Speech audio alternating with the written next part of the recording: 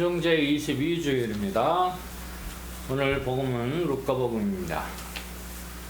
자, 오늘 보면 예수님께서 겸손이라는 단어를 한 단어도 안 쓰시고 겸손에 대해서 말씀을 하시고 계십니다. 자, 잔치에 초대받았을 때 높은 자리에 앉지 마라. 낮은 자리에 앉아야 주인이 와서 높은 자리에 이렇게 앉도록 하면은 네가 영광될 것이다. 괜히 높은 자리에 갔다가 쫓겨나지 마라.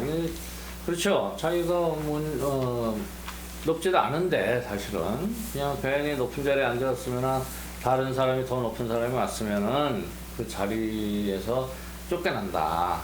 얼마나 망신스럽겠습니까? 이런 아주 당시에 예수 시대 그 당시에 여러 가지 그런 풍습들 안에서 예수님께서 비유를 들으신 거죠. 예, 그런 걸 잘 아시는 분이에요.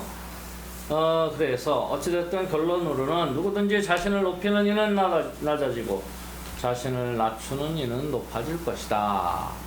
그죠? 예, 이것은 우리가 겸손에 대해서 이야기할 때 정말 깊이 새겨야 되는 말씀이고 실제 우리 생활 안에서 일어나는 일이다라는 거죠.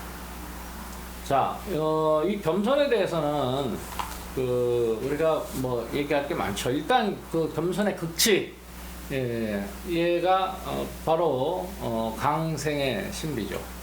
하나님께서 인간이 되셨다. 당신의 높은 자리를 고수하지 않고 내려와서 인간이 되셨다. 이건 존재 차원에서 내려온 것이기 때문에 완전히 다른 존재가 된 거 아니에요. 완전한 존재가 불완전한 존재가 됐다. 이것만큼 겸손의 극치를 보여주신 것이 없다. 이렇게 얘기할 수도 있죠.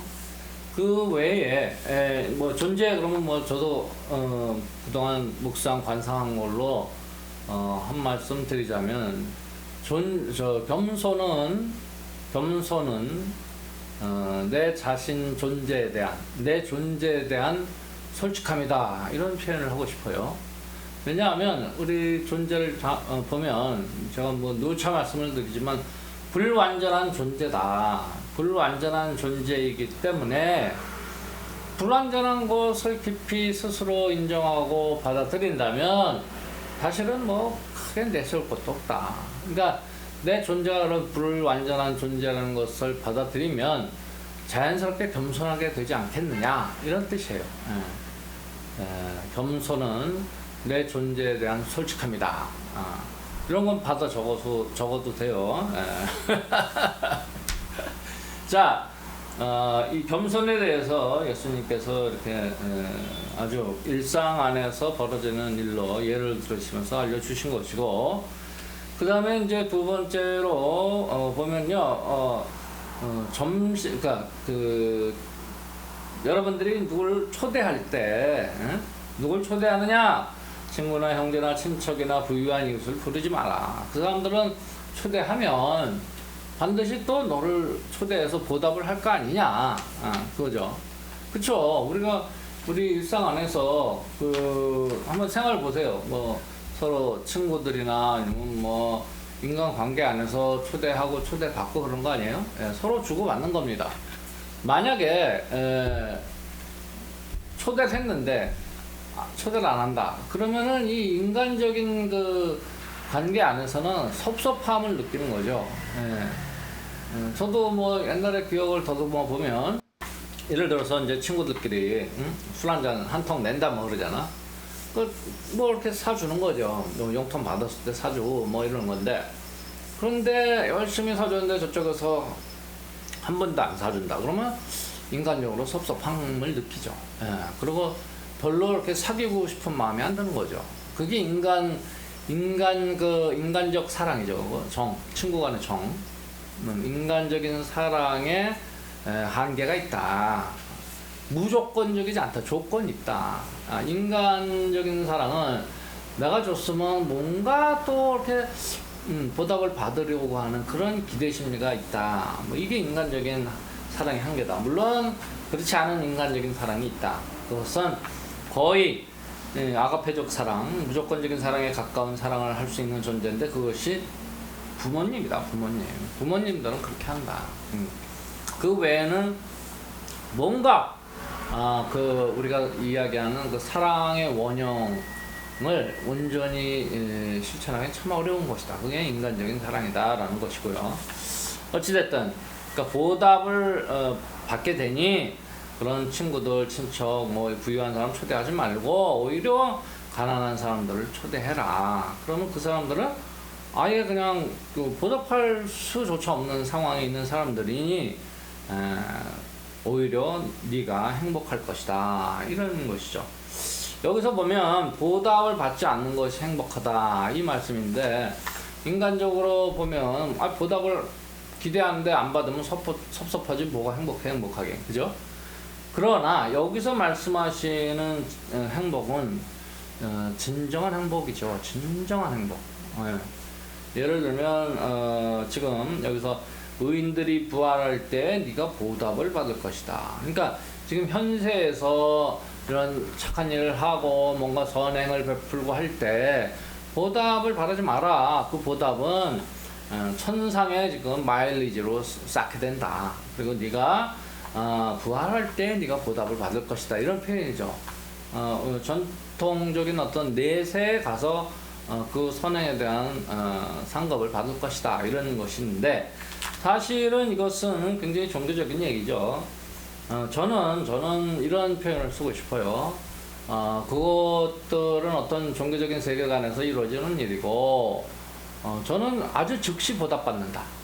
그러니까 내가 무언가 선행을 베풀었을 때 무언가 그 상급으로서 비슷한 급의 어떤 보상을 받는 것이 아니라, 여기서 이야기할 때 그러니까 내가 초대했으면 저쪽에서 초대를 하고 뭐 이런 차원의 어떤 보답이 아니라 그것을 기대하지 않았을 때, 그러니까 무조건적이죠.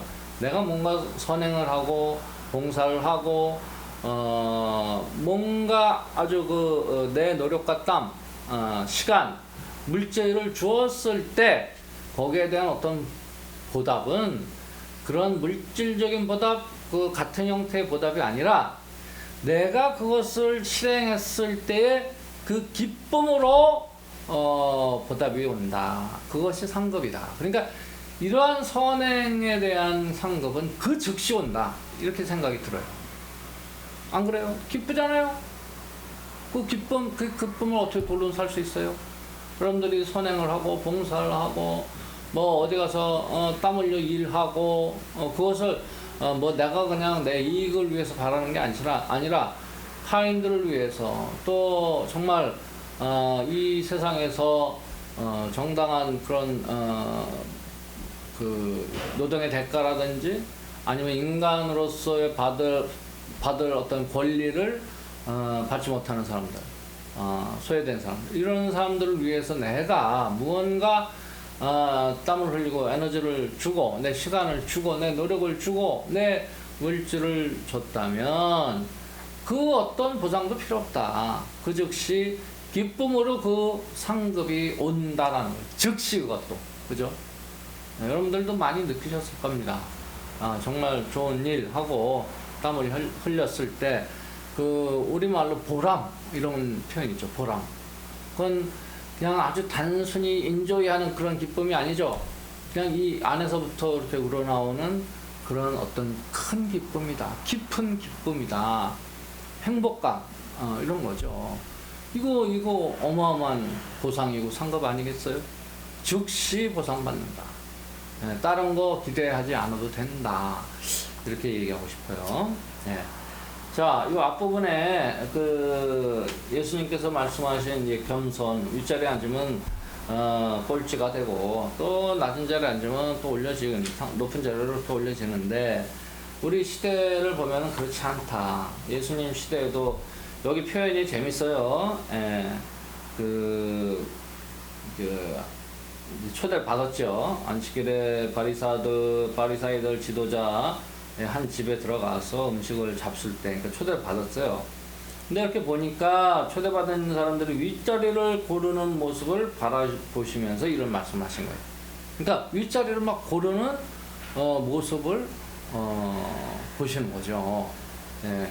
이 시대를 봤을 때 또 우리 지금 작금의 현상을 보더라도 똑같지 않아요? 예. 많은 사람들이 높은 자리에 찾아가려고 그러잖아요.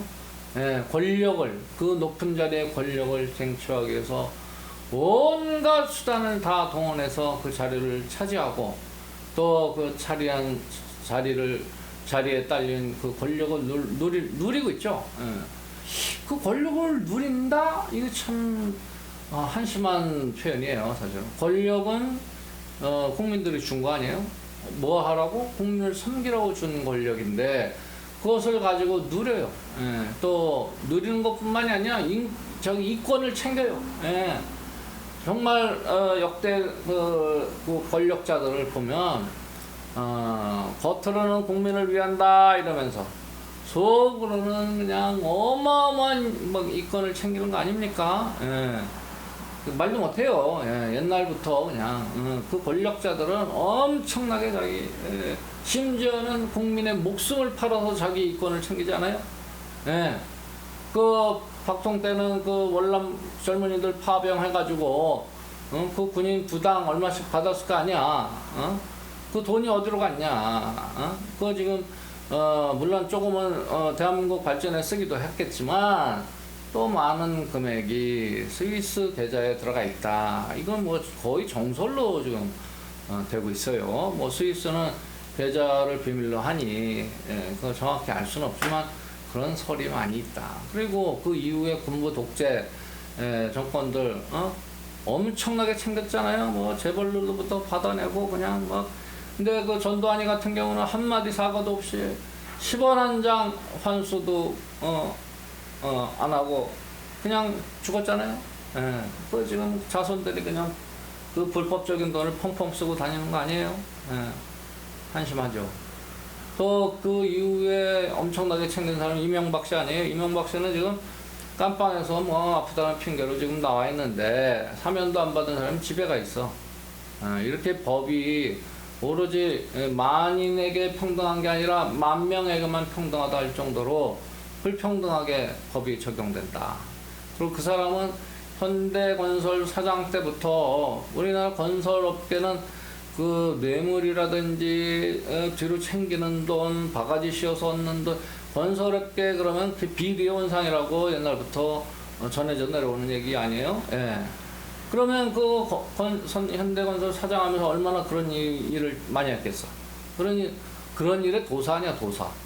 그런 사람을 그냥 대통령 자리에 올라가니 그냥 5년 내내 어떻게 하면 챙길까를 했다. 그래서 지금 뭐 밝혀진 것만 해도 뭐 자원 외교라고 해가지고 1달러짜리 그 석유 정제 산업 1달러 고철로 나온 것을 1조를 주고 사고 그 옆에 이제 그 석유 시추하는 그런 회사를 90% 이상 물 나오는 그런 석유 광산을 그냥 3조를 주고 사고 그 총 4조를 주고 사가지고 한 몇 년 후에 한 200억인가 300억 받았다 그래요. 예. 그건 뭐야? 그건 그 4조 빼기 300억 빼고 나머지 돈은 먹었다는 거 아니야, 누군가가. 예. 그게 그러면 그걸 판매한 그 회사만 먹었을까? 절대 아니죠. 예. 그건 분명히 이명박 씨 호주머니로 들어갔을 것이다. 다만 반띵이라도 그 유명한 자는 그냥 반띵 사상, 예. 뭐든지 반띵을 해요. 예. 그리고 그 자원외교뿐만이 아니에요. 온갖 비리가 있어요. 지금 밝혀지지가 않은 것도 많고, 그거 하여튼 정확히 밝혀서 끝까지 추적을 해내야 됩니다. 그거 할 수 있어요. 현대 이 정보라는 것은 감출래야 감출 수가 없습니다. 예. 의지만 있으면 다 밝힙니다. 이제 정권이 바뀌고 새롭게 됐을 때는 반드시 찾아내야 됩니다. 예. 우리 대한민국이 그렇게 바보가 아닙니다. 예. 지금 해먹으려고 하는 사람들도 정신 차려야 돼요.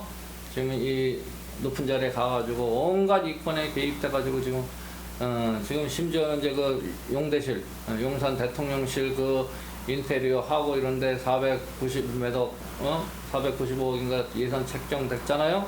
그 인테리어 하는데 그 많은 돈이 왜 들어갑니까? 예? 그거 지금 얼로 줄줄줄줄 새고 있어요. 예, 이름도 없는 그런 회사들 급조해가지고 막 빼먹고 있는 중입니다. 예. 그러니 저기 자기 남편이 대통령 되면 아내의 역할만 하겠습니다. 그리고 허위 경력 조작한 거 다 시인하고 사과한 사람인데 국민대고 숙대건 뭐 밝히지 않잖아요.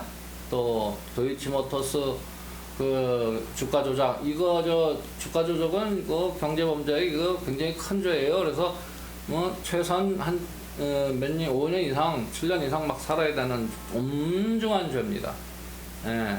근데 조사도 안 하고 지금 무혐의로 좀 덮으려고 그러고 그 자리, 높은 자리에 올라가서 해먹으려고 이렇게 길을 쓰고 있잖아요. 예. 참 한심합니다. 한심해. 나라가 그냥 입골이 돼버렸습니다. 예.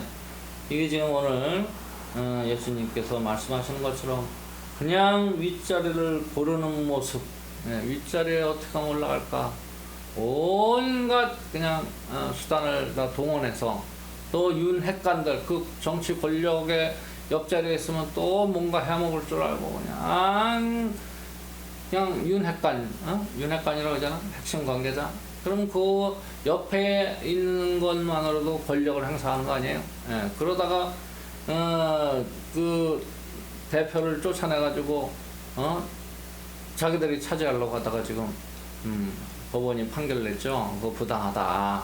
아니, 비상 상태도 아닌데 비상 대책위원회를 만들고 대표를 쫓아내는 것은 당 운영에 민주적이지 않다. 이렇게 판결이 났습니다. 아주 재밌는 현상이 일어난 거예요, 지금. 예, 그렇게 자리를 탐하는 자들은 분열하고 다투게 돼 있다. 예, 참 예수께서 이 시대를 봤다면 정말 이 정도 당시에 예수 당시에 이 바리사이들이 하는 일에 비하면 어마어마하다 그런 겁니다. 자, 오늘 예수님께서 높은 자리에 가려고 하지 말고 낮은 자리로 가서 앉아라. 겸손해라. 그러면 또 우리 인간 존재는요, 존재 그 자체가 하느님의 자녀이고 또 이 영적인 존재 아니에요, 우리도. 그렇기 때문에 굉장히 높습니다. 예, 가만히만 있어도 굉장히 높아요, 우리는. 일부러 올라가지 않아도 된다. 가만히 있으면 굉장히 높은 존재로 우리는 그 존엄성이 있고, 그래서 그 존엄성에 대해서 존중을 받아야 되고, 또 그에 따라오는 인권, 충분히 대접받아야 된다.